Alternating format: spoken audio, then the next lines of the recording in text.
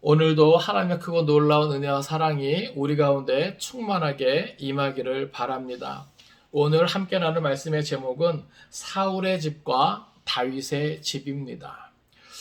지난 시간에 말씀을 잠깐 제가 다시 한번 말씀을 드리면 기브온 연못가에서 이제 유다와 또 이스라엘 간의 전쟁이 있었죠.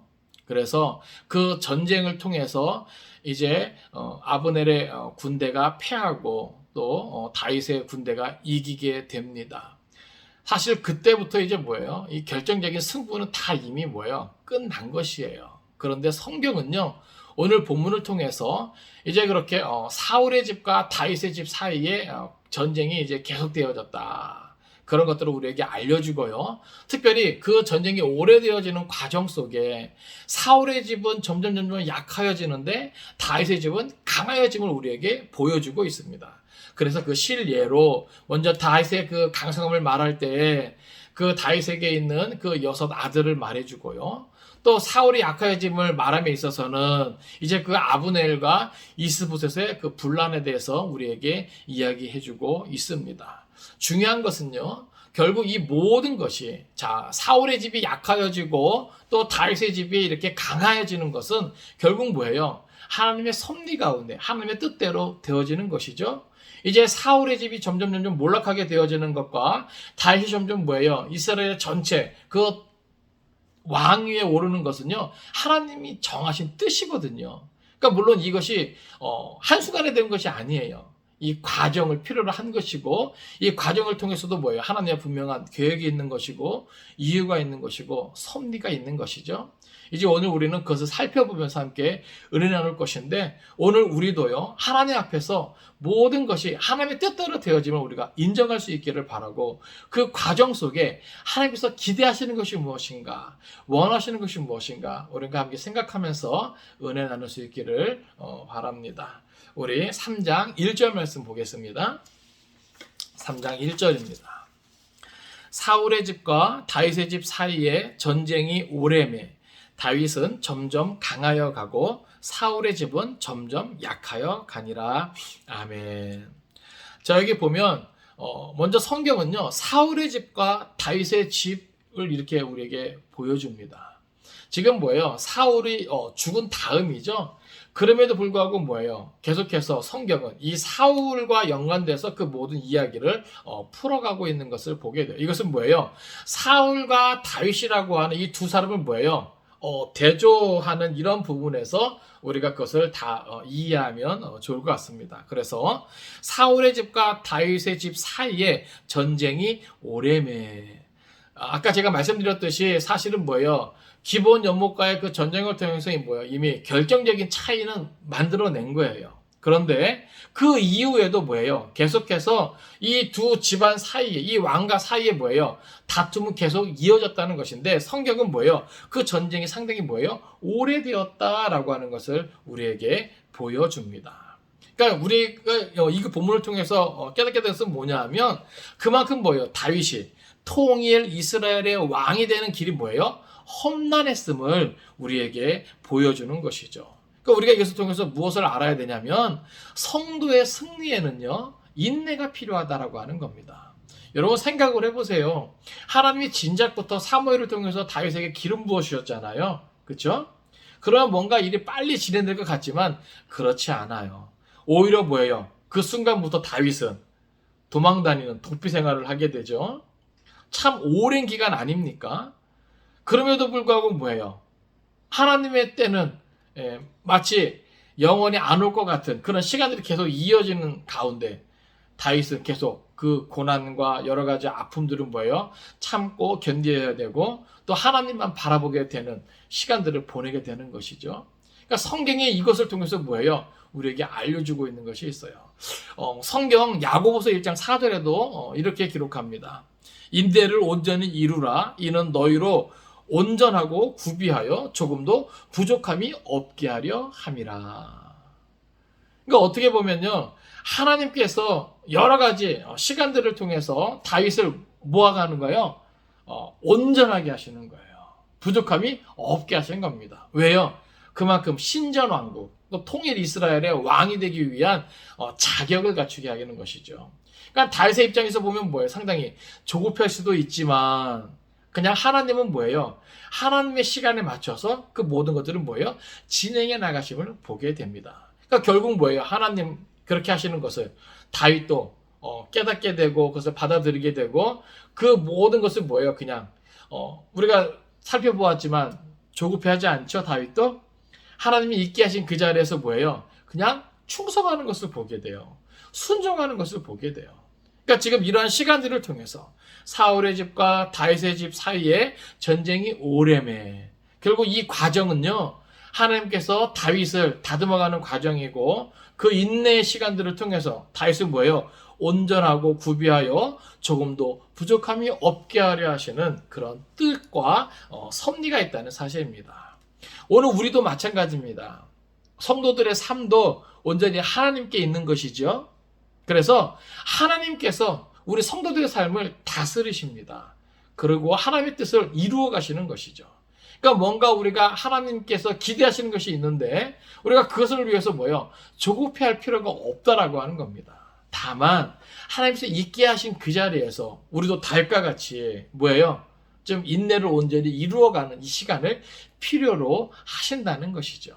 그러니까 이 시간이 그냥 있는 시간이 아니죠. 여러분 다윗이 그렇게 도피하는 생활 또 이렇게 통일 이스라엘의 왕이 되기 위한 이 시간들이요 그냥 필요한 게 아닙니다. 오늘 우리도 마찬가지예요. 삶 가운데 우리 사실 그렇게 기도하는 분이 많잖아요. 하나님 어느 때까지입니까? 그렇죠? 빨리 어려운 시간이 지나가고 하나님께서 우리에게 원하신 바를 속히 이루어 주시기를 우리가 간구하잖아요.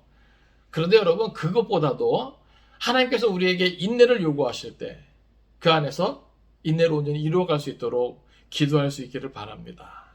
그리고 그 인내의 시간들을 통해서 우리가 조금 더 부족함이 없이 준비될 수 있기를.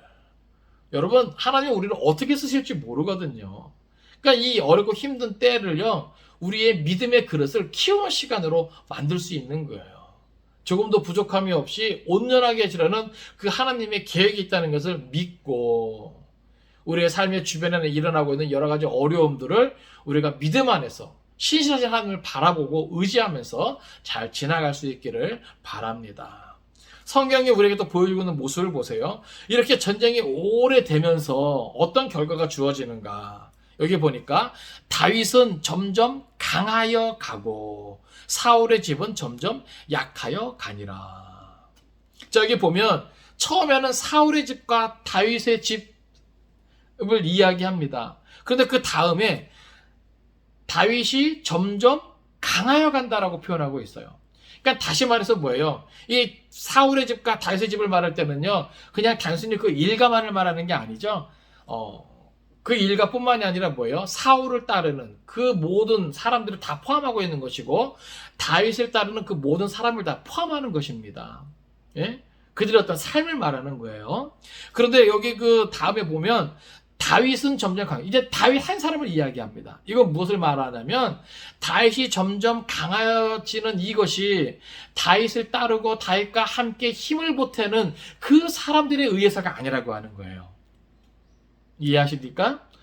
전쟁이 오래되는 이 시간들 속에서 다윗이 점점 강하게 간다는 것은요, 철저하게 다윗과 함께 해주시고 다윗을 돕고 계시는 그 여호와 하나님 때문에 다윗이 이렇게 강하여 간다라고 하는 것을 우리에게 의도적으로 나타내고 있는 거예요. 여러분, 그럴 수밖에 없는 게 지금 하나님의 뜻이 어디에 있습니까? 다윗에게 있는 것이죠. 사울에게서 옮겨져서 이제는 뭐예요?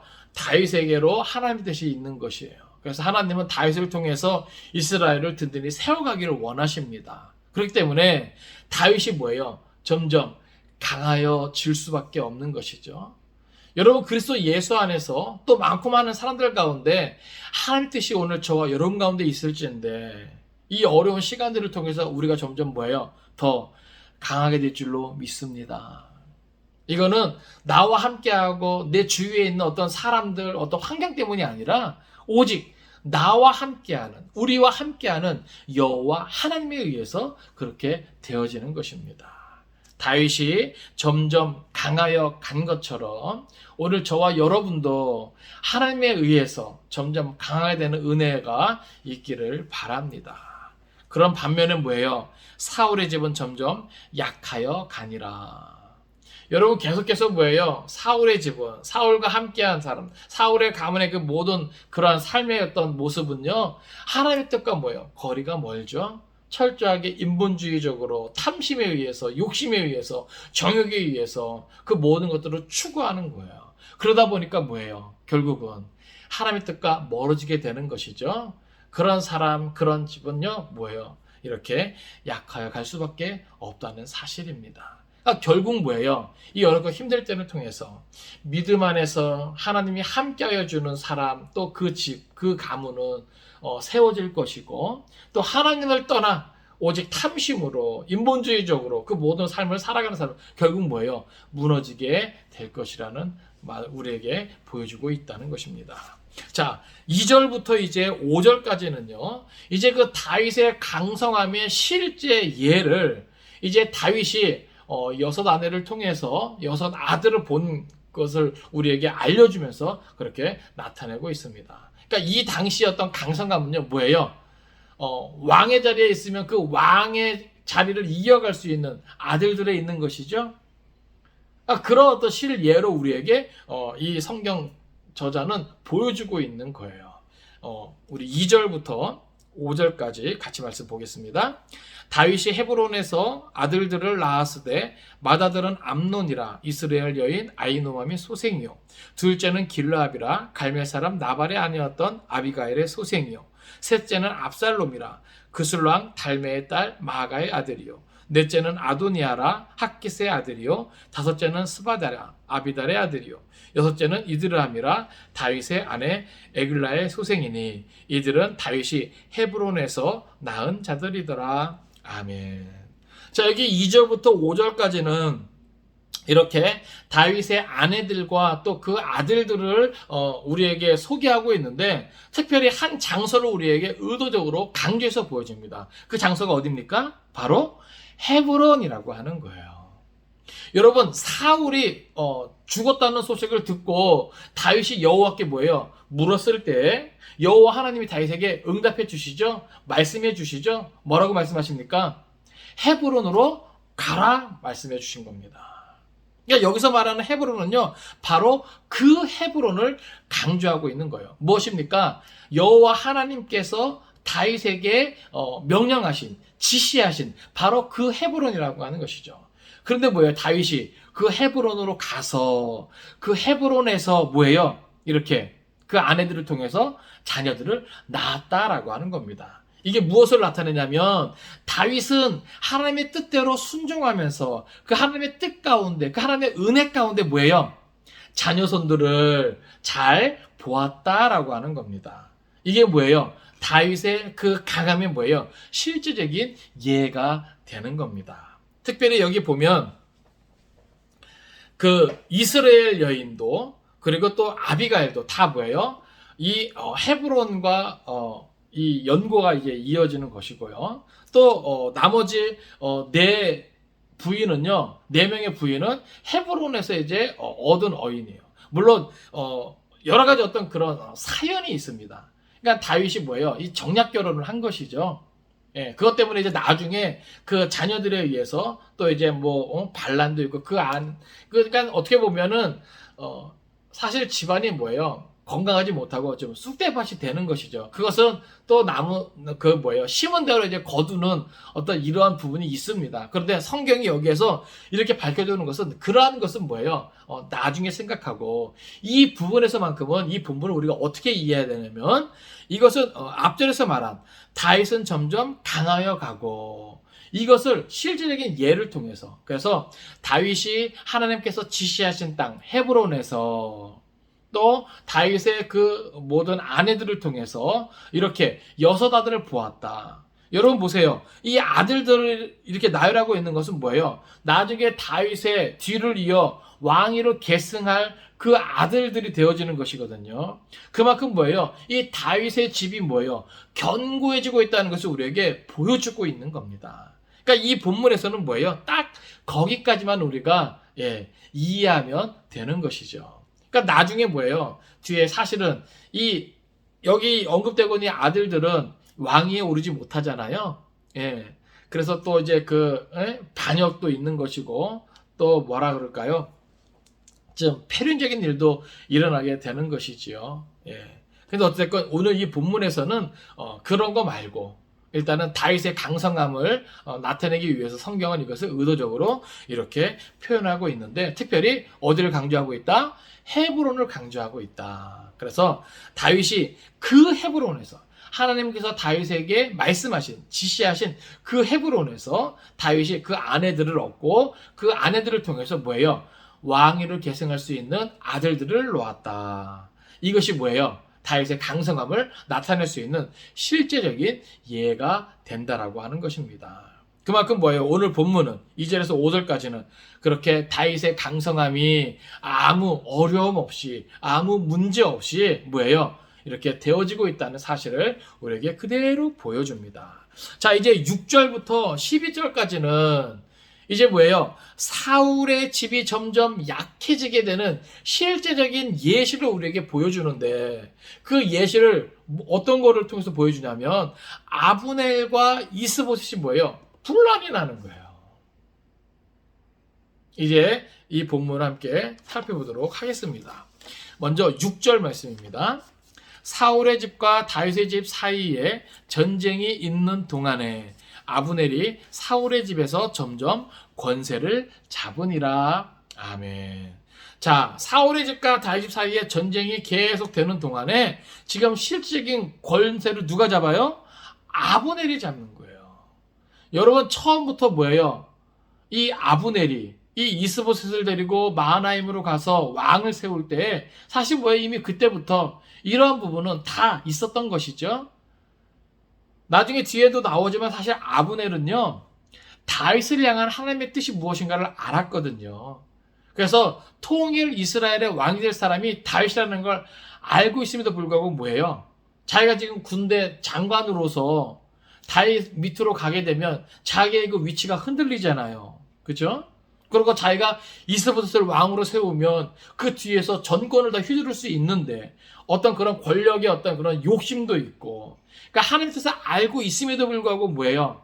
이 아브넬의 마음은 이 권력의 욕심이 있어서 그 뜻에 순종하지 않고 이스보셋을 데리고 뭐예요? 요단 동편으로 가서 왕을 세우게 된 것이죠.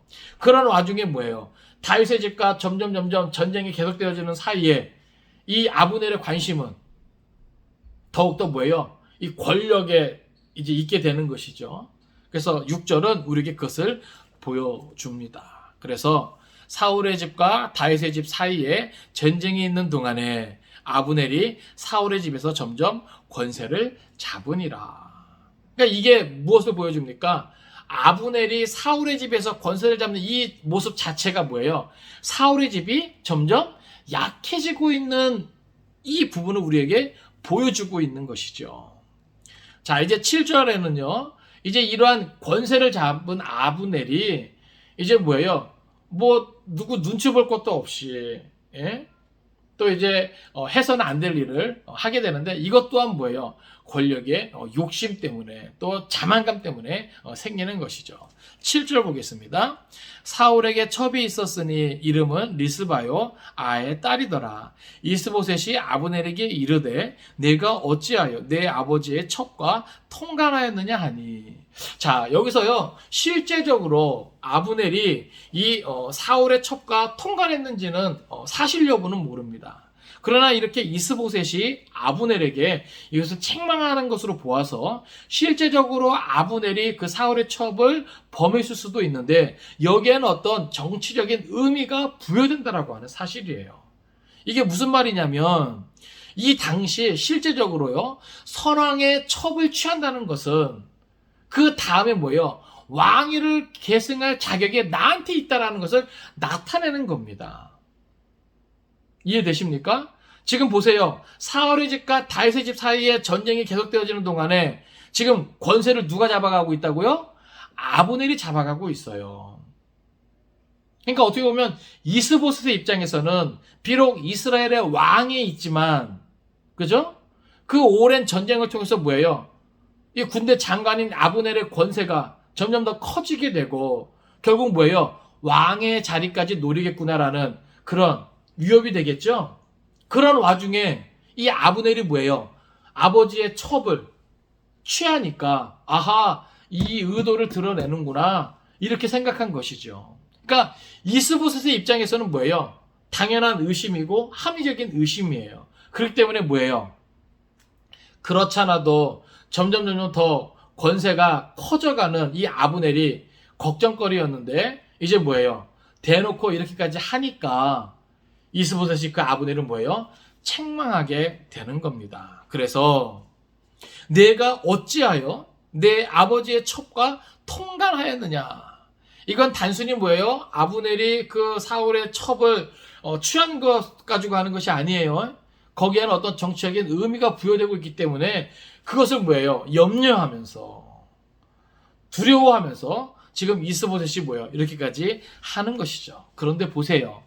그래도 왕이 그 잘못을 꾸짖으면 그래도 뭐예요? 듣는 척이라도 해야 되는데 이 아브넬의 반응이 가관입니다. 그만큼 뭐예요? 왕이 왕으로 보이지 않을 만큼 뭐예요? 이 위세가 대단했다는 것을 우리가 알 수 있는 것이죠. 8절 보세요. 아브넬이 이스보셋의 말을 매우 분하게 여겨 이르되 내가 유다의 계머리냐? 내가 오늘 당신의 아버지 사울의 집과 그의 형제와 그의 친구에게 은혜를 베풀어 당신을 다윗의 손에 내주지 아니하였거늘 당신이 오늘 이 여인에게 관한 허물을 내게 돌리는도다. 아멘. 자, 먼저 보세요. 아브넬이 이스보셋의 말을 매우 분하게 여겼다 그랬습니다. 여러분, 지금 아브넬이 그 왕의 자리를 욕심을 내서 그 사울의 첩을 뭐예요? 취했는지 그 의도는 알 수 없으나, 그죠? 지금 아브넬은 뭐예요? 자기를 꾸짖는, 책망하는 이 이스보셋의 말을 어떻게 여겨요? 분하게 여기는 거예요. 이건 그만큼 뭐예요? 이 아브넬이 배가 불렀다는 것이죠. 예? 소위 간이 부었다 그러잖아요. 예? 그만큼 뭐예요? 왕을 의식하지 않아도 될 만큼 그만큼의 권세가 누구에 있다는 거예요? 자기에게 있다라고 하는 겁니다. 그렇지 않겠어요? 만일 왕의 권세가 대단했으면 감히 이 아브넬이 군대 장관이 이 왕의 책망을 이렇게 분하게 여길 수 있겠습니까? 제발 살려만 주십시오. 이런 자세겠죠. 그렇죠? 그런데 이미 뭐예요? 이렇게 이스보셋의 말을 분하게 여겼다는 것은 이미 뭐예요? 위치가 완전히 바뀐 것이죠. 왕이 왕의 그 모든 것들을 하지 못하고 오히려 뭐예요? 이 군대 장관인 이 아브넬이 더 뭐예요? 위에 있는 그런 모습을 우리에게 보여주고 있는 거예요. 또 이 8절에서는요. 아브넬이 자기의 이 공적을 내세웁니다. 여기 보면 내가 오늘 당신의 아버지 사울의 집과 그의 형제와 그의 친구에게 은혜를 베풀어. 그만큼 뭐예요? 자기가 이 사울의 집을 위해서 한 것이 많다라고 하는 것이죠. 그런데 이렇게 나를 꾸짖어? 그러면 앞에 보면 뭐라고 말합니까? 내가 유다의 개머리냐? 말이야. 이건 뭐예요? 자기를 한없이 낮추는 거예요. 그러니까 개머리라고 하는 것은 개는 상당히 수치스러운 어떤 이런 부분을 이야기하거든요. 근데 그 가운데서도 뭐예요? 머리라고 하는 거예요. 예? 그만큼 뭐예요? 수치스러움의 극치를 말하는 것이죠. 그만큼 뭐예요? 이 아브넬은 이스보셋의 이 책망이 뭐예요? 있을 수 없는 일, 자기를 완전히 뭐예요? 모욕을 줬다라고 하는 거죠. 예? 그래서 여기 보면 그 매우 분하게 여겼다라고 하는 이 표현도요 뭐예요? 상당히 어떤 강한 표현으로 되어 있어요. 예? 도저히 막 참을 수 없는 분노 있죠? 사실 신하가 왕에게 가질 수 없는 분노입니다. 이 분노는. 예?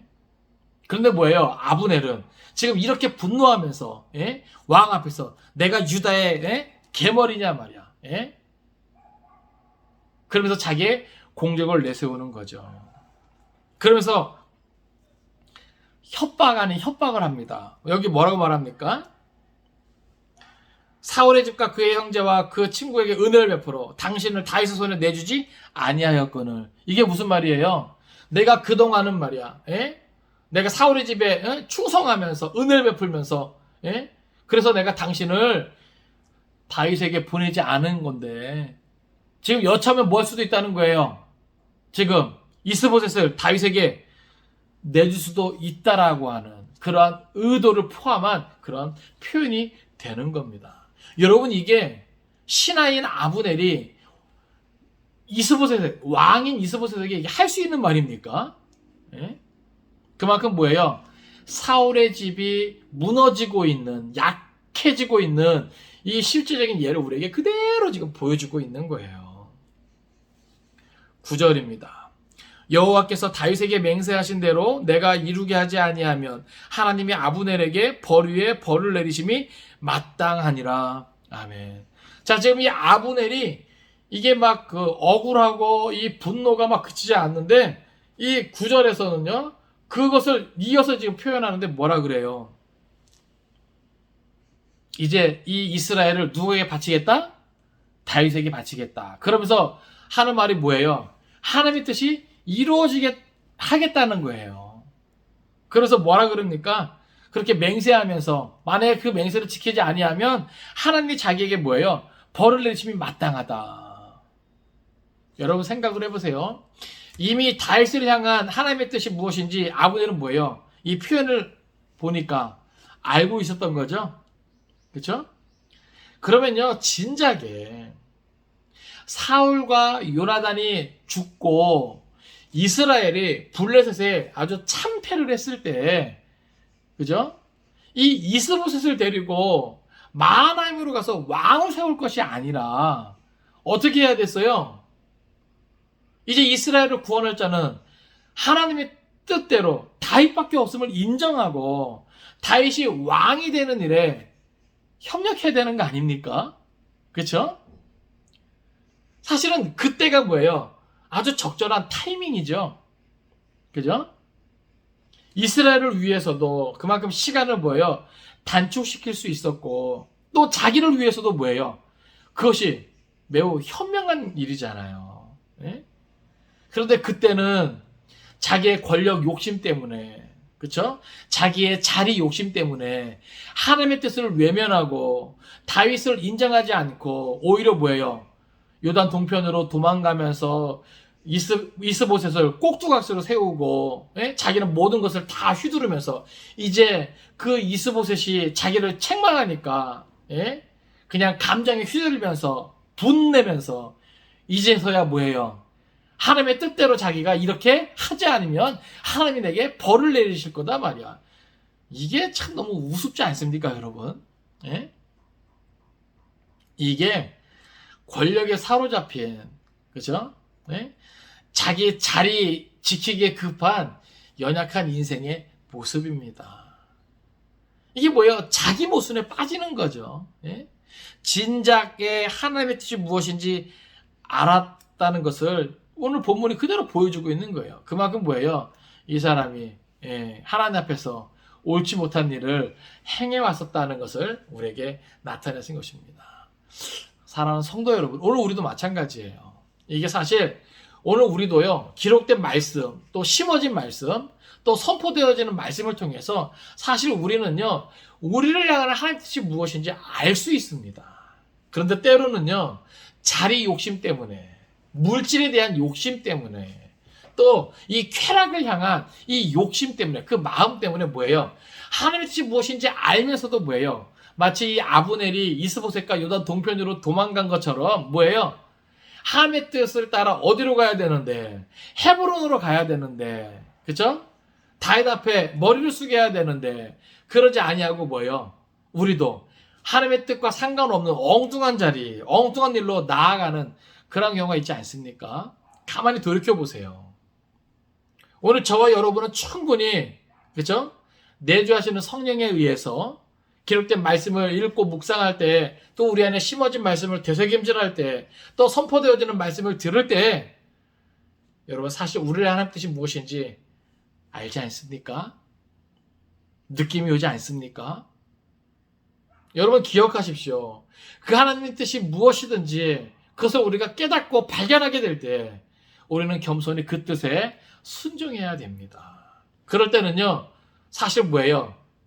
우리에게는 모든 욕심을 내려놔야 돼요. 또 안전에 대한 욕구, 욕망도 내려놔야 돼요. 그렇지 않습니까? 인생이요, 어떤 물질에 대한, 출세에 대한, 성공에 대한 이 욕망을 내려놓지 않고 또 자기 스스로 안전해지고 싶은 이 욕망을 내려놓지 않는 한 우리는 철저하게 우리를 향한 하나님의 뜻에 순종할 수 없다는 사실입니다. 그게 인생의 어리석음이고 연약함이고 무지함이죠. 여러분, 우리가 가장 안전한 것은 뭐예요? 하나님의 뜻에 순종할 때가 가장 안전한 것임을 깨닫기를 바랍니다. 비록 어렵고 힘든 일이 계속 이어질 것처럼 보인다 할지라도 여호와 하나님의 뜻에 순종한다면 사실 그 길은 누가 함께 해주시는 거예요? 여호와 하나님이 함께 해주시는 길임을 기억하시길 바랍니다. 우리가 다윗의 일생을 보면 알잖아요. 기름 부음 받은 다윗, 그 이후의 삶은 뭐예요? 정말 그 다윗의 길을 경험하고 싶지 않은 만큼, 그렇지 않습니까? 상당히 오랜 기간, 10년이 넘는 그 시간 동안 뭐예요? 도피 생활, 망명 생활, 그죠? 여러 번 죽을 고비를 넘기고 믿었던 사람들에 의해서 배신도 당해보고, 예? 얼마나 힘든 일을 많이 겪습니까? 그런데 결국 뭐예요? 그 다윗의 길은, 다윗의 인생은 하나님이 함께 하여 주시니까 결국 뭐예요? 참고 견딜 수 있게 되잖아요. 결국 하나님의 뜻 따라 뭐예요? 이스라엘의 왕의 자리에 오르잖아요. 그죠? 여러분, 우리가 많은 다윗의 시편을 보면요, 다윗이 그 도피 생활이 마냥 고생만이 아니었다는 겁니다. 이해되십니까? 우리가 멀찍이서 보면 다윗의 고난은 정말 나는 경험하고 싶지 않아요, 이렇게 말할 만큼 상당히 뭐예요? 힘든 것이에요. 그런데 정작 그 고난 가운데 있었던 다윗은요, 그렇지 않았더라고요. 예? 그 도피 생활 가운데, 그 망명 생활 가운데 자기와 함께 하신 하나님을 찬양하잖아요. 자기에게 뭐예요? 은혜 베풀어 주신 하나님을 높이잖아요.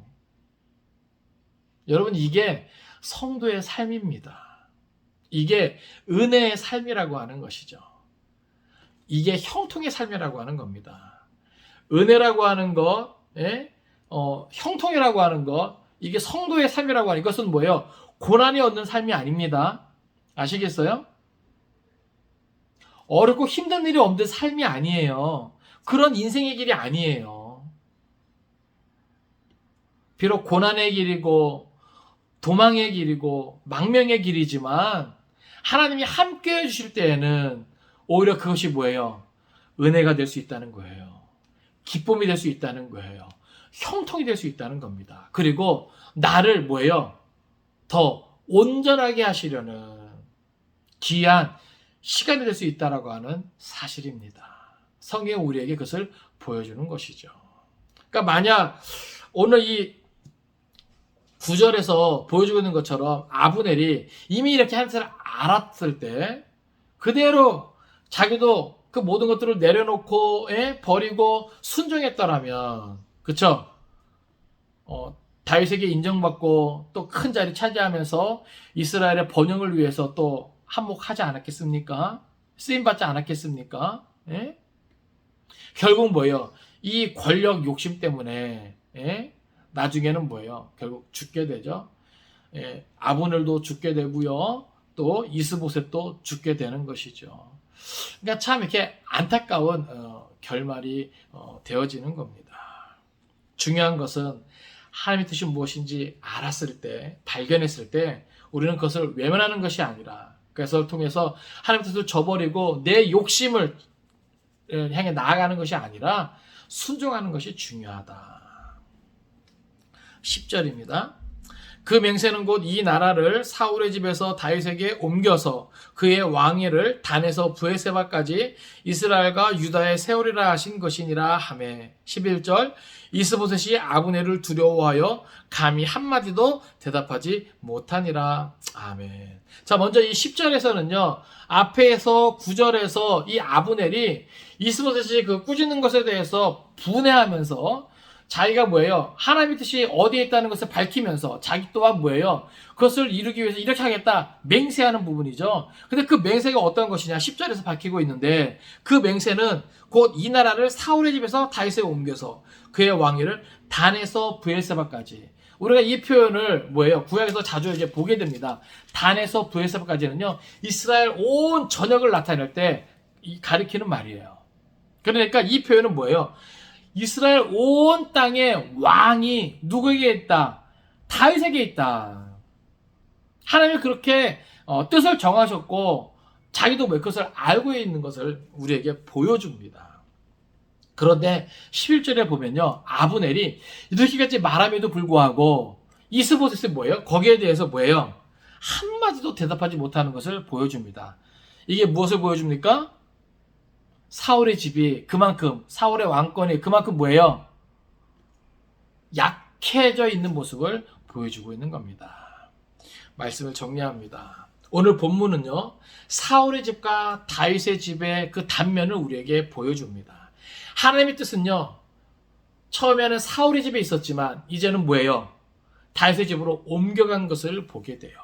하나님의 뜻이 함께 했을 때는요, 이 사울의 강성함이 나타났었죠. 그러나 하나님의 뜻이 뭐예요? 사울에게서 떠나 다윗에게로 옮겼을 때는요, 이제는 뭐예요? 사울의 집은 약해질 수밖에 없고 다윗이 강성해짐을 보게 됩니다. 이 다윗의 강성함은요, 다윗과 함께한 사람들, 주위 배경, 어떤 환경에 의한 것이 아니죠. 철저하게 다윗을 세워가시고자 하는 하나님께 있다라는 것을 우리에게 의도적으로 보여줍니다. 또 특별히 이 다윗의 강성함이 어디서 나타납니까? 헤브론에서 나타나죠. 이것은 무슨 말입니까? 하나님의 뜻대로 순종해서 다윗이 뭐예요? 그 헤브론으로 가서 그곳은 뭐예요? 그 하나님의 그 은혜를 누리고 있음을 보여주는 겁니다. 그래서 그 6 아내로 말미암아 6 아들을 보았고, 그 아들들은 뭐예요? 장차 다윗의 왕위를 이어갈 아들들이 됨을 성경 우리에게 보여주는데, 이것은 뭐예요? 그만큼 다윗의 집이 견고히 서고 있는 것을 우리에게 보여주는 것이에요. 반대로 사울의 집이 약해지는 모습을 이 아브넬과 이스보셋의 이 분란으로 우리에게 그대로 보여주는데, 결국 뭐예요? 처음부터 잘못된 시작이었죠. 인본주의적인 권력의 욕심, 탐심으로 말미암아 생겨난 이 왕권이기 때문에 결국 뭐예요? 하나님의 뜻을 저버리고 인간의 정욕, 그 탐심으로 말미암은 것은 뭐예요? 무너지게 되어 있다, 약해지게 되어 있다는 것을 우리에게 그대로 보여줍니다. 사랑하는 성도 여러분, 여러분의 삶은 다윗의 집으로 향할 수 있기를 소원합니다.